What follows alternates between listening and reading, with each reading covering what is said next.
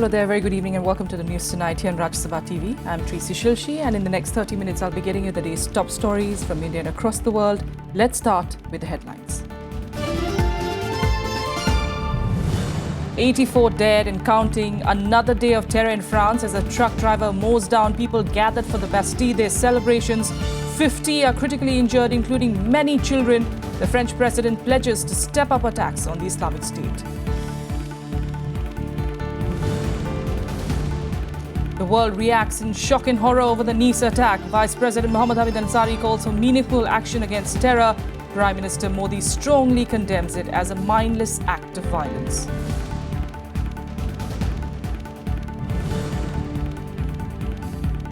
Arunachal Pradesh Chief Minister Nabam Tuki seeks more time for the floor test, says many MLAs are out of station, but Governor Tathagat Roy rejects his request.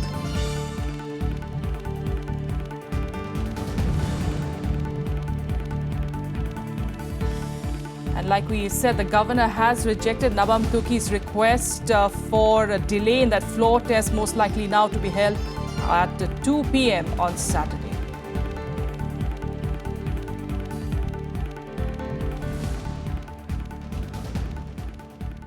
Yes, first we're getting the latest on Arunachal Pradesh, where Governor Tathagat Roy today dismissed the request by reinstated Arunachal Pradesh Chief Minister Nabam Tuki for more time to prove his majority. Tuki had sought more time after the governor scheduled the floor test on the 16th of July.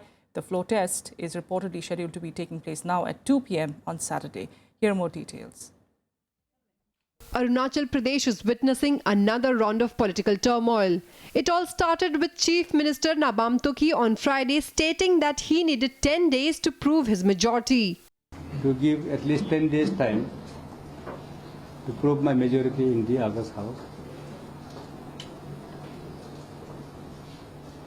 Because the short notice, humanly it was not possible to organize even in the secretariat, what is called parliamentary secretariat, and the arrangement had to be made in the assembly also.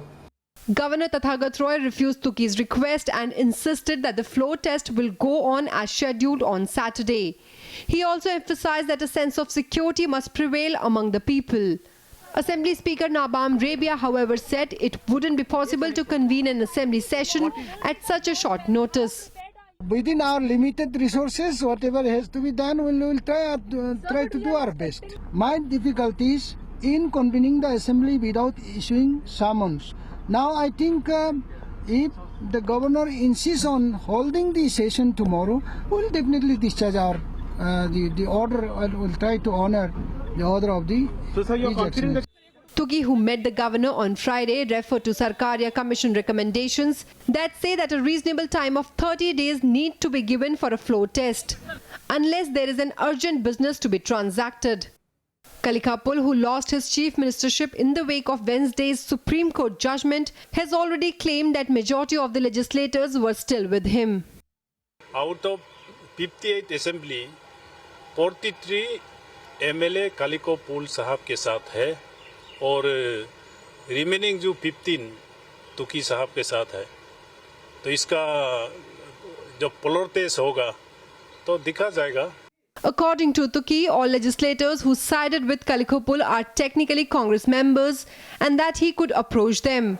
Pul has, however, expressed fears that granting more time for the floor test could encourage horse trading.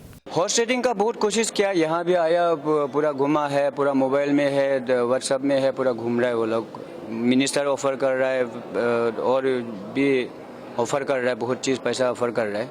Tuki was unseated as chief minister in January after rebellion in the Congress-led government. The breakaway faction led by Kalikopul formed the government with support from the BJP. But on Wednesday, the Supreme Court resorted Tuki's government, quashing all decisions made by the governor. That has left the Congress under Tuki with an uphill task of proving its majority, since currently it has only 15 members in the 60-member assembly. The present strength of the assembly is 58 after 2 resignations. Bureau Report, Rajya Sabha TV. Meanwhile, at the centre, preparations are on for the monsoon session and the government has once again reached out to the main opposition Congress over the GST bill. Finance Minister Arun Jaitley and Parliamentary Affairs Minister Anant Kumar met the leader of opposition in Rajya Sabha, Ghulam Nabi Azad, and his deputy Anand Sharma. and both sides decided to hold further discussion on the issue. Seeking to break the logjam over the contentious GST bill 2 days before the beginning of monsoon session, Finance Minister Arun Jaitley and Parliamentary Affairs Minister Anant Kumar held discussions with Leader of Opposition in Rajya Sabha, Ghulam Nabi Azad, and his deputy Anand Sharma. Both sides decided to hold internal discussions and meet again during the session to build a consensus. The Parliamentary Affairs Minister has got an on-party meeting on Sunday to discuss all these issues, but GST will be an important initiative, and I am hopeful that the important legislation which is pending for long, the GST, will be approved in this session. I had a discussion yesterday, telephonic conversation with Sri Ghulam Nabi Azad and also Sri Anand Sharma. Both of them appear to be positive. They said they will discuss in their party forums. Most of the smaller parties in the opposition have once again expressed their support for the GST bill. नहीं, उस पे सरकार के लोग हमारे पास भी आए थे और हमारा तो पहले से कहना है कि जीएसटी जो है उसको उसके हक में हम हैं। हमारी कोशिश है कि वो आम सहमति इस बार जो जीएसटी का बिल है वो पास होना चाहिए। देखिए, हमारी पार्टी शुरू से ही जीएसटी के पक्ष में है। हमारी पार्टी के राष्ट्रीय अध्यक्ष श्री शरद पवार ने आज ही नहीं, जब यूपीए के गवर्नमेंट में ये बिल आया था तब भी कहा था इसका समर्थन। उस समय बीजेपी ने विरोध किया था। अब बीजेपी ले आई है तो कांग्रेस ने कुछ अपना उसमें रिजर्वेशन दिखाया है, लेकिन हमारा कहना है कि जो राष्ट्रीय हित के मुद्दे हैं, बिल है, जो जीएसटी बिल है, उसका हमें सकारात्मक रूप से समर्थन करना चाहिए। The GST bill, which is one of the major economic reform measures of the NDA government, has been hanging fire for a long time due to stiff opposition from the Congress that is demanding a cap of 18% to be included in the bill itself. Vishal Dahiya, Rajya Sabha TV, Delhi. In other news, the Aam Aadmi Party finds itself on a sticky wicket once again on the issue of appointment of its 21 MLAs as parliamentary secretaries. A letter contradicting the party's claims that none of these MLAs draw salaries or perks has surfaced now. RSTV's Anu Diwan gets us more details. The Office of Profit controversy involving 21 MLAs of the Aam Aadmi Party saw another twist on Friday. Amid claims that the MLAs appointed as parliamentary secretaries were not given any salaries or allowances, a letter has surfaced indicating just the opposite. The letter was written by a deputy secretary in the Delhi Vidhan Sabha to the private secretary of Lieutenant Governor Najib Jung in February. It requests rooms and furniture for the parliamentary secretaries inside the assembly complex. कहीं पर भी विधायकों के लिए, सांसदों के लिए कमरे अलॉट करने की कहीं कोई व्यवस्था नहीं है। इवन ये तो इन्होंने विधानसभा अध्यक्ष ने भी अपने अधिकारों को दुरुपयोग किया है। विधानसभा अध्यक्ष जो होते हैं वहाँ पे विधानसभा के केयर टेकर होते हैं, वहाँ के मालिक नहीं होते हैं कि किसी को भी रूम से अलॉट किए जाएँ। और वहाँ के स्टाफ से भी मुझे जानकारी मिली कि जो वहाँ की स्टाफ बैठते थे उन कमरों को खाली करा के इनको रूम से अलॉट किए गए हैं। एक तरीके से सरकार ने विधानसभा पे कब्जा कर लिया है। Opposition parties reacted to the development by criticizing the Aam Aadmi Party for repeatedly lying to the Election Commission. Delhi की सरकार कल तक ये कह रही थी कि हमने लाभ के पद पर इनको नियुक्त जरूर किया है, लेकिन कोई भी लाभ इनको जो है सरकार की तरफ से दिया नहीं गया है। लेकिन मैं सरकार से अब ये पूछना चाहता हूँ कि जो आपके दिल्ली सरकार के आदेश पर जो दिल्ली विधानसभा ने कमरे और दफ्तर दिए, तो वो जो आदेश है दिल्ली सरकार का, क्या वो लाभ के पद पर उनको लाभ पहुंचाने का एक जरिया नहीं था? इसलिए ये नए दस्तावेज निश्चित रूप से इस पूरे मामले की कलई भी खोलेंगे और दूध का दूध और पानी का पानी भी हो जाएगा। The Aam Aadmi Party maintained that no facilities were sought for the 21 parliamentary secretaries. कि संसदीय सचिवों को किसी भी प्रकार का आर्थिक लाभ नहीं दिया जाएगा, किसी भी प्रकार का आर्थिक लाभ नहीं दिया जाएगा। तो ऑफिस होना ऑफिस ऑफ प्रॉफिट नहीं है, ये समझाया जा चुका है। इलेक्शन कमीशन के पास अपनी बात रखने माननीय विधायक कल गए हुए थे। अब दोबारा 21 जुलाई को बुलाया गया है। हमें विश्वास है कहीं भी कोई भी वैधानिक गलती नहीं की गई है दिल्ली की सरकार द्वारा। The hearing of the 21 Aam Aadmi Party MLAs on a petition seeking their disqualification is pending before the Election Commission, which has postponed it to the 21st of July. With Anu Diwan, Bureau Inputs, Rajya Sabha TV. India today reacted strongly to Pakistan's provocative attempt to meddle in Kashmir's affairs. In a sternly worded statement, the External Affairs Ministry criticized the meeting of the Pakistani cabinet on the situation developing in Kashmir. Meanwhile, the central government, which is closely monitoring the situation in the valley, said that while people had a right to peaceful protests Any violation of the law will be dealt with firmly. India completely and unequivocally rejects in entirety the decisions adopted by the Cabinet of Pakistan on the situation in Jammu and Kashmir. We are dismayed at the continued attempts by Pakistan to interfere in our internal matters, where we reiterate Pakistan or any other external party has no locus standi. Continued glorification of terrorists belonging to proscribed terrorist organizations makes it amply clear where Pakistan's sympathies continue to lie. India coming down hard on Pakistan for trying to meddle in its internal affairs. On a day when the Pakistani cabinet held a meeting on Kashmir and decided to protest against the unrest in the state by observing July 19th as what it called a black day. The External Affairs Ministry once again called its bluff on the blatantly provocative action. The self-serving actions by Pakistan in the last few days to derive political mileage out of the recent developments in Jammu and Kashmir follow planned infiltration and terrorism aimed at India from across the line of control and the international boundary. The attempts in Pakistan by various players to ingratiate themselves to the people of Jammu and Kashmir in the run-up to the so-called elections in territories under Pakistan's illegal occupation will not succeed. The US also expressed concern at the situation and asked Pakistan to take action against terrorist groups operating from its soil. Meanwhile, in Kashmir, strict curfew was imposed in all 10 districts ahead of the Friday prayers that see large congregations. Police and paramilitary personnel were deployed across the valley to implement prohibitory orders. While there was no reports of any major clashes, normal life remained disrupted. Mobile internet services continue to remain suspended and many trains are also off the tracks. The annual Amarnath Yatra also remained suspended after it was restarted in the valley. हमने national highway पे 3 tyre security provide कर रखी है, जिसमें army और central security forces और हमारी Jammu Kashmir police जो है वो ये सिक्योरिटी प्रोवाइड कर रहे हैं. It's almost a week since the valley started witnessing continuous shutdowns and curfew after the killing of militant Hizbul Mujahideen commander Burhan Wani. Bureau Report, Rajya Sabha TV. With the launch of Sankat Mochan operation, India evacuated 156 citizens stranded in South Sudan's capital, Juba. The first batch of stranded citizens were brought safely, in fact, to Thiruvananthapuram today. 156 Indians have been evacuated from South Sudan's capital, Juba, under Operation Sankat Mochan, led by Minister of State for External Affairs, General V.K. Singh. The first batch of evacuees reached Thiruvananthapuram and the aircraft carrying the rest will reach Delhi today morning. When we landed out there, 156 have come out with us. There are about 30-40 people who had already booked their tickets, and once the commercial flight started, they have taken those because the tickets were already there. And there are about 300 people who do not want to get evacuated because of the business concerns and other activities that they have out there. However, the evacuation exercise faced a hurdle as many Indians who had registered with the External Affairs Ministry for leaving South Sudan refused to return, despite an appeal by Minister Sushma Swaraj asking them to move out. So we contacted the Indian Embassy and we contacted the Norca here, and they all tried to help us to bring us here.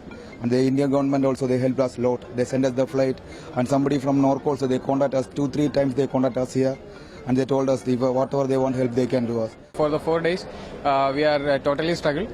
Heavy firing and shell attacking was already going through. And the Indian Embassy and everybody supported very much. Earlier, briefing about the situation, MEA spokesperson Vikas Swarup said the aim is to evacuate all Indian nationals who have expressed their interest in leaving.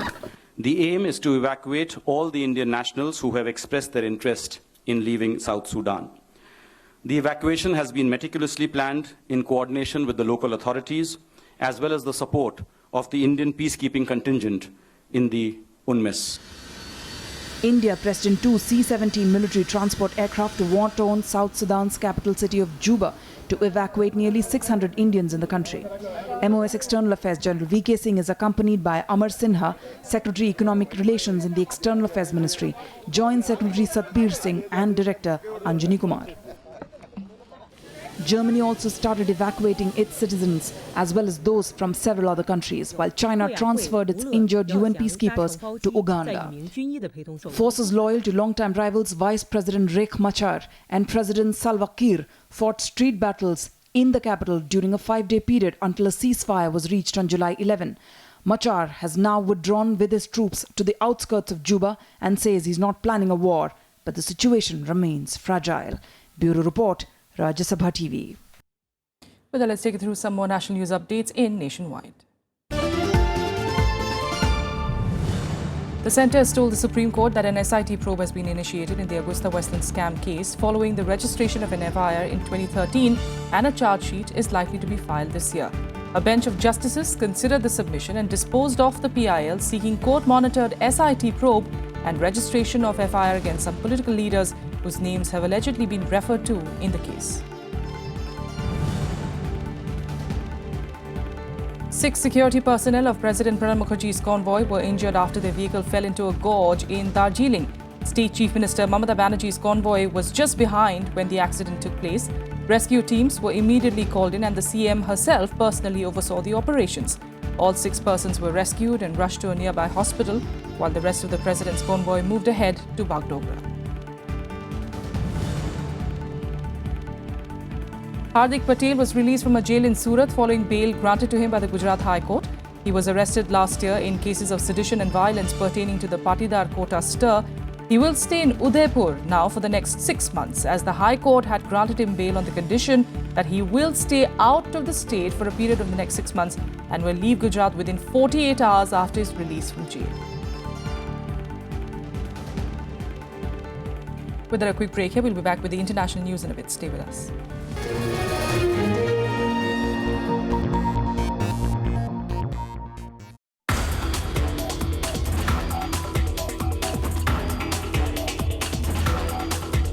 Indian pharma has done excellent in generic medicine. We are the number 3 in the world market.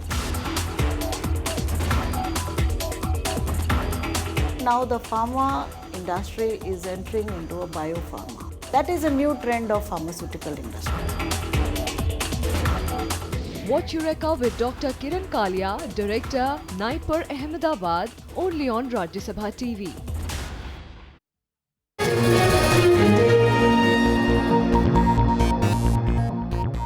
Welcome back. Let's get you the top international story now. In a French-Tunisian man killed more than 80 people and injured many by driving a truck at a high speed during the Bastille Day celebrations at Nice in France. The attack comes 8 months after the Islamic State gunmen and suicide bombers killed 130 people in Paris. Here are more details. A truck driven at high speed into a crowd that was watching a fireworks display to celebrate Bastille Day. The terror attack targeted one of the most popular stretches of the beachfront in Nice. Scores of people were mowed down. The driver carried onwards for several hundred yards, concluding it by firing bullets into panic-filled people as they desperately tried to escape.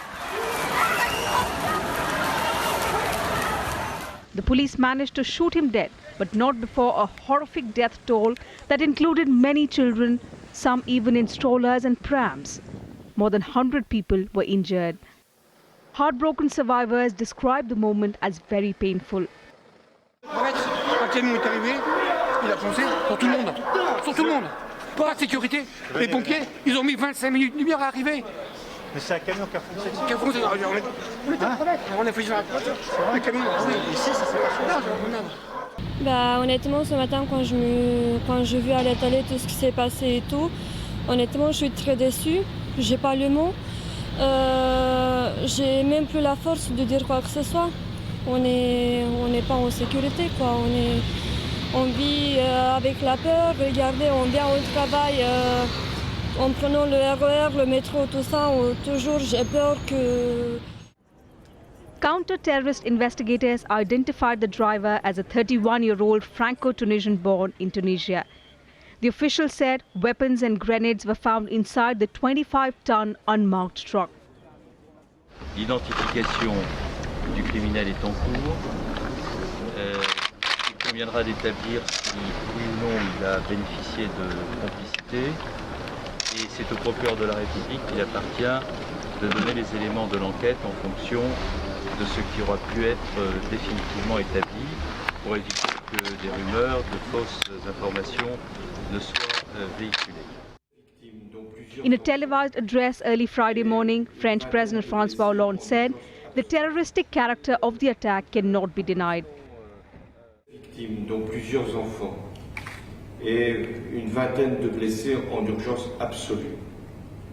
Cette attaque, dont le caractère terroriste ne peut être nié, est encore une fois d'une violence absolue. Et il est clair que nous devons tout faire. Hollande announced that France will ramp up its military efforts in Syria and Iraq and that the country's state of emergency will be extended 3 months. Rien ne nous fera céder dans notre volonté de lutter contre le terrorisme. Et nous allons encore renforcer nos actions en Syrie comme en Irak. Et nous continuerons à frapper ceux qui, justement, nous attaquent sur notre propre sol dans leurs repères. Indian leaders also condemned the attack. In a series of tweets, President Pranab Mukherjee offered his condolences over the loss of lives. Prime Minister Narendra Modi also took to Twitter to condemn the attack. The attack marks the 3rd time France has endured gruesome carnage on its own soil in the past year and a half. It coincides with the time when reports are suggesting that the terrorist outfit Islamic State is losing many key areas held by it. Bureau Report, Rajya Sabha TV. In fact, like we mentioned, world leaders too expressed solidarity with France and condemned the attack as a horrific terrorist act. Shocked and saddened by the horrifying attack in Nice last night. Our hearts go out to the French people and to all those who've lost loved ones or been injured. United Kingdom stands shoulder to shoulder with France today, as we have done so often in the past. Und Deutschland steht im Kampf gegen den Terrorismus an der Seite Frankreichs, vereint mit vielen, vielen anderen. Und ich bin sehr überzeugt, dass trotz aller Schwierigkeiten wir diesen Kampf gewinnen werden. 冒頭ニースで発生したテロ事件を断固非難します。お亡くなりになられた方々のご冥福をお祈りします。そして負傷された方々とご家族の方々に心からお見舞いを申し上げます。 Сегодня ночью все мы узнали об очередном отвратительном террористическом акте во Франции. Понимаю, что сейчас у президента республики, как и у всего французского руководства, нет времени для телефонных разговоров, поэтому хочу обратиться к нему публично. Today we mourn all the victims of the tragic attacks in Nice and Dhaka. We are committed to work hand in hand to counter the plague of terrorism. Nous nous sentons en profonde harmonie et sympathie avec les Niçois, avec la ville de Nice, où beaucoup d'Européens se rendent pour s'y reposer, pour vivre leur vie. Et nous sommes en sympathie profonde avec le peuple de France. Et à partir de la Mongolie, je dis vive la France et vive sa République qui est aujourd'hui aussi la nôtre. 中方对发生在法国尼斯的严重恐怖袭击事件表示强烈谴责。我们在事件中的遇难者致以深切的哀悼，向事件中的受伤人员和遇难者家属呢表示诚挚的慰问。 Now, days after the Permanent Court of Arbitration Tribunal rejected China's claims over South China Sea, Beijing is yet to accept the verdict. Media reports claim that China may build mobile nuclear power plants in South China Sea now to assert its maritime control in the region. 全问题是中国的底线。中国虽大，但老祖宗留下来的基业，一寸都不能丢。 Days after the International Tribunal rejected its claims in the South China Sea, China once again claimed that sovereignty was the bottom line and it cannot lose even 1 centimeter of the area it claims. Beijing's top official Yang Jiechi, who holds a rank higher than the foreign minister, called the tribunal's ruling illegal. He described the South China Sea arbitration as a political farce that was driven by an alleged hidden agenda. 国际法治的基本要求是依法行事。中非南海争议的核心是领土问题。 The Chinese official's comments carry significance for India as well, given that he is China's designated special representative for boundary talks, along with National Security Advisor Ajit Doval. India and China have so far held 19 rounds of talks to resolve the boundary dispute. At the heart of the dispute are China's claims over Arunachal Pradesh, which it regards as part of southern Tibet. Bureau Report, Rajya Sabha TV.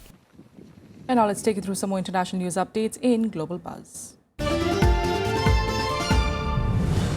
The US has asked Pakistan to take action against all terrorist groups operating from its soil. State Department spokesperson Elizabeth Trudeau said that the US is in discussions with the government of Pakistan and added that the US is very clear with the government of Pakistan that they must target and root out all extremist and militant groups and the Taliban. Meanwhile, US President Barack Obama on Thursday responded to critics who claim that he has not done enough to show support for law enforcement officers. In a town hall meeting on race and policing, Obama urged the police and black communities to come together, saying that it should not be us versus them. Last week, a gunman killed 5 police officers at a Black Lives Matter protest in Dallas. Republican presumptive presidential candidate Donald Trump has selected Indiana Governor Mike Pence to be his vice presidential running mate. According to US media reports, Trump had planned to announce the news on Friday but cancelled it after the Nice attack. Trump hopes Pence can help him appeal to the party's conservatives. Other candidates reportedly in the running were former House Speaker Newt Gingrich and New Jersey Governor Chris Christie. China's economy grew slightly faster than expected in the second quarter of 2016, maintaining the growth rate in the first quarter. The country's GDP grew 6.7% year-on-year in the second quarter.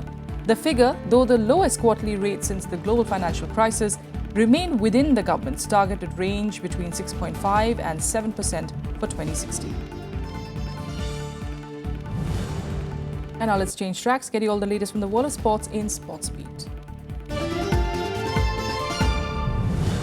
Ramkumar Ramanathan and Saket Maineni won their respective singles matches to help India take a 2-0 lead in the Davis Cup Group 1 match against South Korea.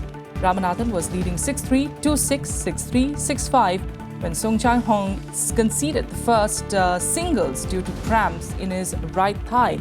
Maineni too dashed South Korea's hopes with a 6-1, 3-6, 6-4, 3-6, 5-2 win against Yongkyu Lim. India's Grandmaster Harika Dronavalli won the FIDE Women's Grand Prix Tournament trophy in Chengdu in China. Harika won playing with, in fact, white against Russia's Olga Girya, needing to draw to win her maiden career Grand Prix title. She finished on 7 points in the round-robin tournament, featuring the world's top 12 players to be crowned the champion.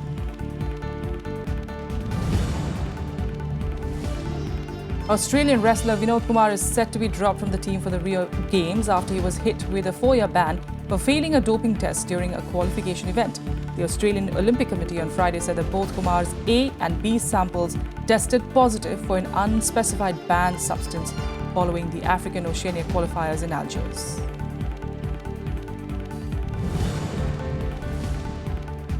Russian weightlifting champion Alexei Lovchev will miss the Olympics after losing his appeal to the Court of Arbitration for Sports against a doping ban. The court announced their decision on Friday after hearing his case against the ban imposed by the International Weightlifting Federation on the 6th of July.